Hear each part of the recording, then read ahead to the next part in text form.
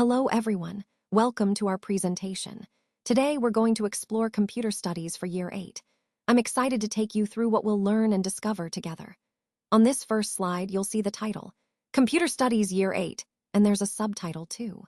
Over the next few slides, we'll cover key topics like basic programming, computer hardware, and digital literacy. So let's get started and have a great session. Let's take a closer look at the contents of this presentation. First, we have spreadsheets, which are fundamental tools for organizing and analyzing data. Moving on, we see the range of cells. Understanding how to select and work with groups of cells is essential for efficient data management. Next, formatting text using the Home menu allows us to customize the appearance of our data, making it clearer and more professional. Sorting data helps us organize information logically, whether by alphabetical order, numerical value, or date. Now, focusing on this slide specifically, each cell in a spreadsheet can contain various items, numbers, text, formulas, or even dates, giving us flexibility in how we input and manipulate data. Moving along, we also have techniques for moving and copying cells, which are invaluable for restructuring our data without re-entering information. Changing column width and row height helps us tailor the layout, ensuring our data fits well and remains readable. Lastly, creating charts turns our data into visual representations, making patterns and insights much easier to grasp. All these tools and techniques work together to make spreadsheets a powerful part of data analysis and presentation. Let's talk about spreadsheets. Spreadsheets are powerful tools that help us organize, analyze, and visualize data effectively. They allow us to input information in a structured way, making it easier to spot patterns or trends. One of the most important concepts is their flexibility. Whether you're managing simple lists or complex financial models, spreadsheets adapt to your needs. They also support functions and formulas, which automate calculations and save time. Connecting this to our overall theme, spreadsheets are the backbone of data management and decision-making in many industries. They enable us to make informed choices quickly and accurately. So, understanding how to leverage spreadsheets is essential for efficient data handling and analysis. Let's talk about electronic worksheets. These are worksheets created using a computer and a spreadsheet program. Examples include Lotus 123, Microsoft Excel, and Framework. Essentially, an electronic worksheet is an application that allows us to input numbers and text into a grid of rows and columns. This setup makes it easy to organize data and perform calculations automatically. It's a powerful tool because it simplifies data management and helps us analyze information more efficiently. Throughout this presentation, you'll see how these worksheets form the backbone of many modern data processing tasks, making work faster, more accurate, and much more manageable. Let's take a closer look at some key advantages of using spreadsheets. First, they make editing or changing data incredibly easy. If you need to update information, you can do so quickly without much hassle. Second, spreadsheets come with built-in formulae that perform calculations automatically, saving you time and reducing errors. This is especially useful for complex data analysis. Third, creating different types of charts is straightforward, allowing you to visualize data effectively and make your reports more compelling. Fourth, spreadsheets can also function like a word processor, enabling you to create documents and formatted reports within the same environment. Fifth, there are many built-in commands for calculating averages, totals, and other summaries, which simplifies data analysis. Finally, some spreadsheets have database management features, making it easy to search and retrieve specific data quickly. All these features really highlight how versatile and powerful spreadsheets are, especially when managing large amounts of data efficiently. Let's take a closer look at the contents of the worksheet. At its core, the worksheet is made up of individual cells. Now, a cell is essentially a box where we can enter data, information, or even formulas. These cells are organized in a grid pattern, with rows running horizontally and columns running vertically. This structure helps us keep everything neat and easy to navigate. Understanding how these cells work is fundamental because they are the building blocks of any worksheet. Whether you're entering basic numbers or complex calculations, it all happens within these cells. This organization allows us to efficiently manage and analyze data, which is essential for making informed decisions. So, as we go through the presentation, keep in mind that mastering how cells work will help you become more proficient in using spreadsheets effectively. All right, so let's talk about the contents of a worksheet. When you look at a worksheet, you'll see it organized into columns and rows. Each cell within this grid has a specific reference called its address. Think of it as a unique label for every cell.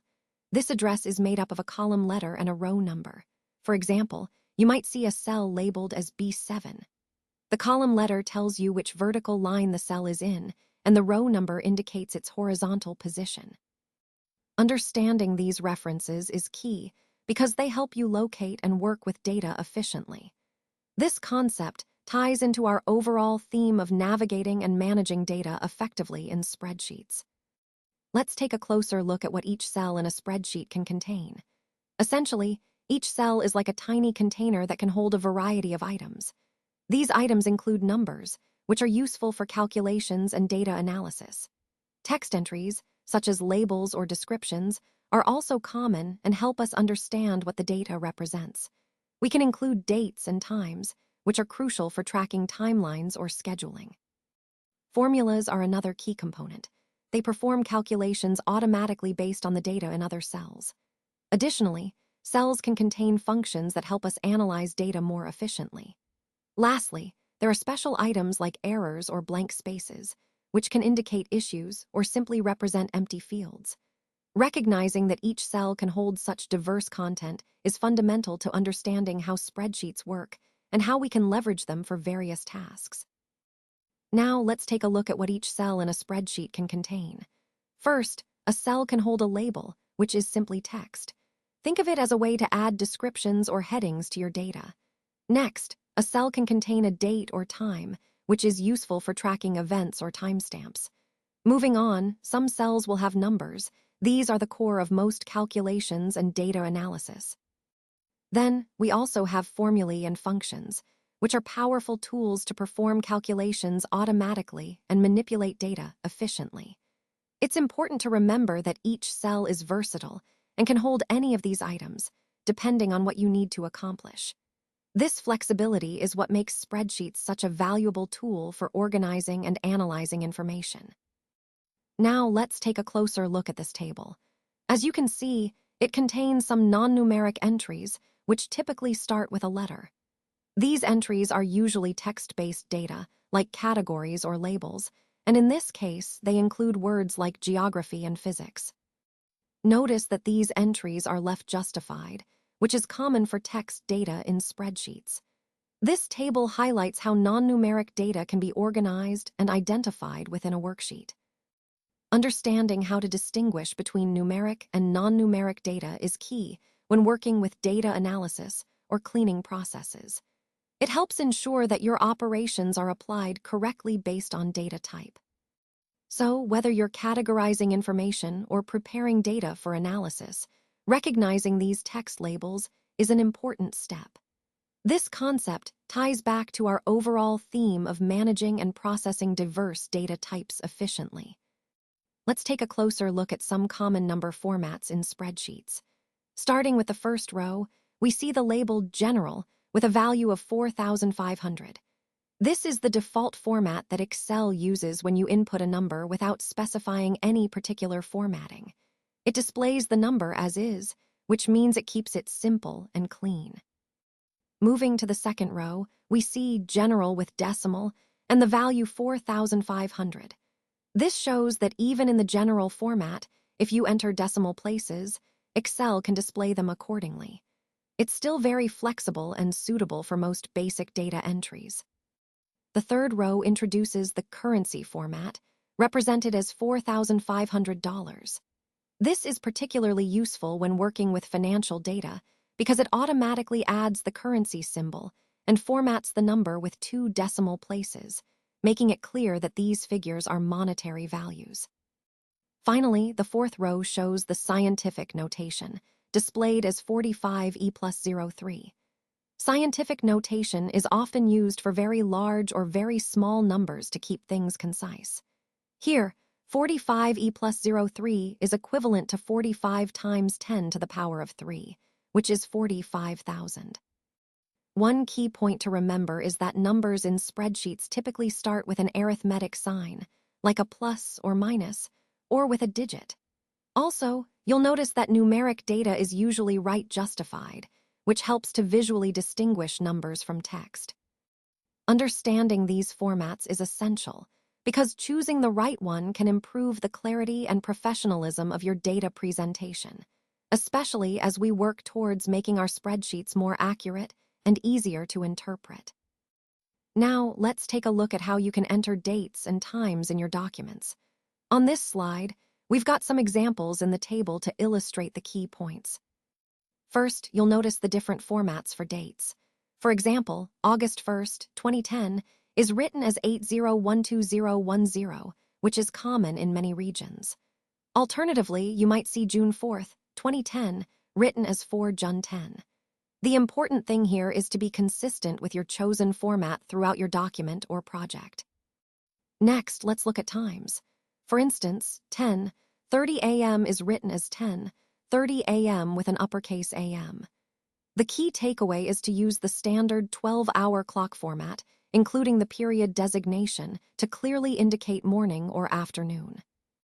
The main point I want to emphasize is that you can enter the date and time using these conventional formats, and it's crucial to follow the established standards for clarity and professionalism. Remember, choosing a consistent date and time format helps avoid confusion, especially if you're working with international audiences or multiple documents. This consistency ties into the overall theme of effective communication, making your information clear and easy to understand. Now let's look at some examples of formulae and functions. For instance, you can see in the table that the formula equals C3 asterisk D5 is used to multiply the values in cells C3 and D5. On the other hand, equals sum C3, C8 adds up all the values from cell C3 through C8. Formulae and functions are incredibly useful because they allow us to perform calculations automatically within our worksheets. This saves time and reduces the chance of errors. In spreadsheets, you'll notice that we always start a formula or function with an equal sign, the equals sign. This tells the program that what follows is a calculation. When it comes to arithmetic operations, we use for addition, for subtraction, for division, and for multiplication. You can also use brackets like and to control the order of operations, just as you would in regular math. Mastering these basics helps us streamline data analysis and makes working with spreadsheets much more efficient. It's a fundamental skill that supports the overall goal of making data work for us more effectively. Now let's take a closer look at some common functions that operate on a range of cells. For example, you might see formulas like equals sum, C3, C8, which adds up all the values from cells C3 through C8. Similarly, equals average ease, E14 calculates the average of all the cells within that range, giving us a sense of the overall data trend.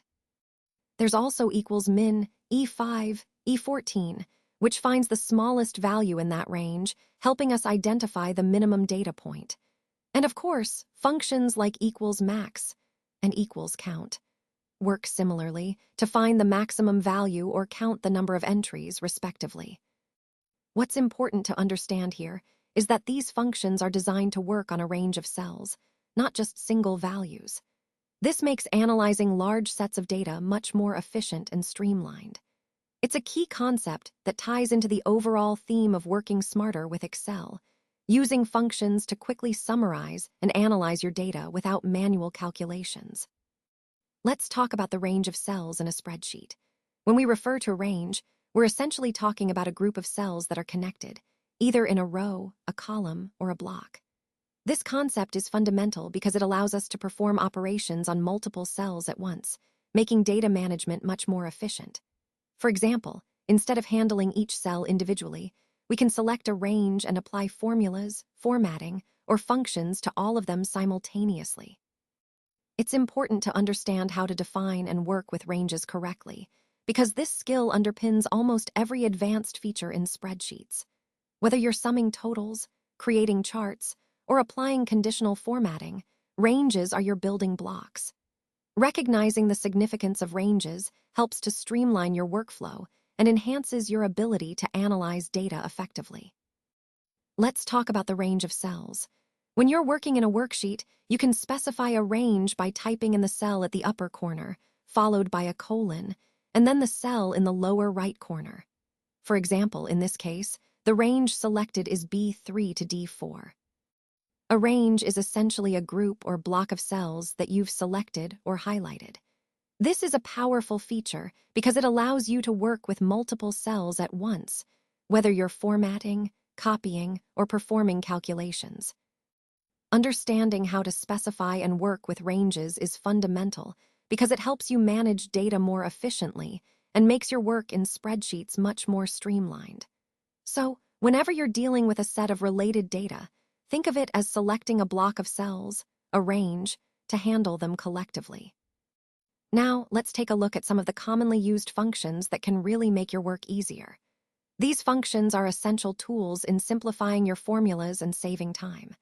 For example, instead of writing out a long formula like equals A1 plus A2, B1 plus B2 plus C1 plus C2, you can use a range function such as equals sum, A1, C2. This single function sums up all the values within that range, making your formulas much cleaner and easier to manage. Understanding and using these functions effectively is a key part of becoming more proficient with spreadsheets, and it ties into the overall goal of working smarter, not harder. Now, let's talk about moving and copying cells in our spreadsheet. These are fundamental skills that help us manage data more efficiently. When you move cells, you're essentially cutting and pasting them somewhere else, which is useful if you want to reorganize your information without creating duplicates. Copying cells, on the other hand, allows you to duplicate data, preserving the original while creating a copy elsewhere. It's important to understand the difference because it helps keep your data accurate and organized. Moving cells can be done by dragging or using cut and paste commands, while copying can be done with copy and paste or by using keyboard shortcuts for speed. Connecting this to the overall theme, mastering moving and copying cells gives you greater control over your data, making your spreadsheets more dynamic and easier to update or reorganize as needed. So, whether you're building a report or analyzing data, these skills are essential tools in your Excel toolkit. Now, let's look at how moving and copying cells work in Excel. When you want to move cells first, you select the cell or cells you want to move. Then, you press Ctrl plus X on your keyboard. This is the shortcut for cutting. After that, you position your cursor where you want the cells to go, and then you press Ctrl plus V to paste. Moving cells essentially shifts data from one place to another. On the other hand, copying cells is quite similar, but instead of pressing Ctrl plus X, you press Ctrl plus C to copy. Again, you select the target location, and then press Ctrl plus V to paste the copied data. The key difference here is that moving cells removes the data from the original location, while copying leaves it there and creates a duplicate in the new location. These actions are fundamental for managing your data efficiently. Moving cells is useful when you want to reorganize your spreadsheet, while copying cells helps when you need to duplicate information without losing the original. Understanding these shortcuts and their purposes helps streamline your workflow and keeps your data organized. Now, let's take a closer look at the Format Text option within the Home menu. This is a really useful feature that allows us to customize the appearance of our text, making our presentations more engaging and easier to understand. When you select this, you'll see a variety of tools that let you change font styles, sizes, colors, and even apply formatting like bold or italics. These options help emphasize key points and make your slides visually appealing. Connecting this to our overall theme, effective text formatting is crucial because it guides your audience's attention and reinforces your message. So, mastering this feature ensures your presentation not only delivers content, but does so in a way that captures and retains your audience's interest. Now, let's take a closer look at the Format Text option within the Home menu. This feature is essential for customizing the appearance of your text to ensure your message is clear and visually appealing. When you select Format Text, you'll find a variety of tools that allow you to change font styles, sizes, colors, and even apply effects like bold, italics, or underline. These options help you highlight key points and make your presentation more engaging. Remember, consistent and thoughtful formatting not only improves readability, but also reinforces your overall message. Connecting this to our broader theme, effective formatting is a powerful way to communicate professionalism and attention to detail, both of which are crucial in delivering a successful presentation. Now, let's move on to changing column width and height. This is a fundamental part of customizing your tables to make them more readable and visually appealing. When you adjust the column width, you're essentially controlling how much space each column takes up, which helps in fitting your data neatly. Similarly, changing the row height allows you to ensure that all your content fits comfortably within each cell without looking cramped. These adjustments are crucial because they help you present your information clearly and professionally. Remember, the key is to find a balance, making your table easy to read without wasting space or making it look cluttered. So, mastering these adjustments will give you greater control over your table layouts, aligning with the overall goal of creating effective, impactful presentations. Let's talk about changing column width and height. Now, if a cell isn't wide enough to display all its content, you'll see a series of slashes and numbers, like this, // // // // // // // This is basically a warning that the cell's content is cut off. To fix this, you simply need to widen the column so that the full item can be displayed properly. Adjusting column width is a key step in making your data clear and easy to read. Remember, proper sizing helps your spreadsheets look professional and ensures that no important information is hidden. So, whenever you see that display, just widen the column and everything will fit nicely. Let's talk about sorting data. Sorting is a fundamental step in data management because it helps us organize information in a meaningful way. When we sort data, we can arrange it alphabetically, numerically, or based on other criteria, making it easier to analyze and interpret. For example, sorting sales figures from highest to lowest quickly highlights our top performers. It also aids in identifying patterns or outliers that might otherwise go unnoticed. Remember, effective sorting connects directly to the overall goal of making data more accessible and actionable, which is crucial in data-driven decision-making. So, mastering sorting techniques is essential for any data analyst or decision-maker. Now, let's talk about sorting data in a spreadsheet.